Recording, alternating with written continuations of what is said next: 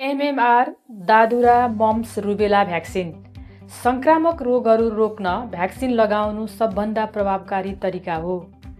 MMR भ्याक्सिनले दादुरा mums र rubella विरुद्ध बचाउँछ। यी 3 प्रकारका संक्रमण मानिसहरूबीच सजिलै फैलिन्छ, जसले मेनिन्जाइटिस, अन्धोपन र कान नसुन्ने जस्ता गम्भीर समस्या ल्याउन सक्छ।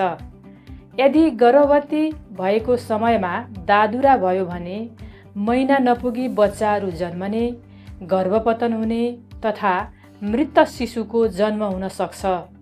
गर्भावस्थामा रुबेला भएमा तपाईको बच्चाको आँखाको दृष्टि र कानको सुन्ने क्षमता गुम्ने जस्ता गम्भीर समस्या आउन सक्छ। 2 डोज एमएमआर भ्याक्सिनले लामो समयसम्म तपाईको रक्षा गर्दछ। तपाईले भ्याक्सिन लगाउँदा तपाईको आफ्नो मात्र नभएर आफैले भ्याक्सिन लगाउन नसक्ने व्यक्तिहरू जस्तो गर्भमा रहेका शिशुहरू, भर्खर जन्मेका नवजात शिशुहरू तथा कमजोर प्रतिरक्षा प्रणाली भएका व्यक्तिहरूलाई पनि सुरक्षा मिल्छ।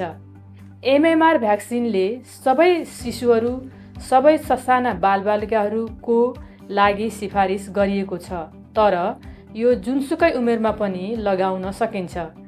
यदि तपाईले आफू बच्चा हुँदा एमएमआर भ्याक्सिन लगाउनु भएको छैन, 1 डोज मात्र लगाउनु भएको छ वा आफूले पूरा डोज लगाएको निश्चित छैन भने एमएमआर भ्याक्सिन लगाउनको लागि कृपया आफ्नो जिपीमा सम्पर्क गर्नुहोला। धन्यवाद।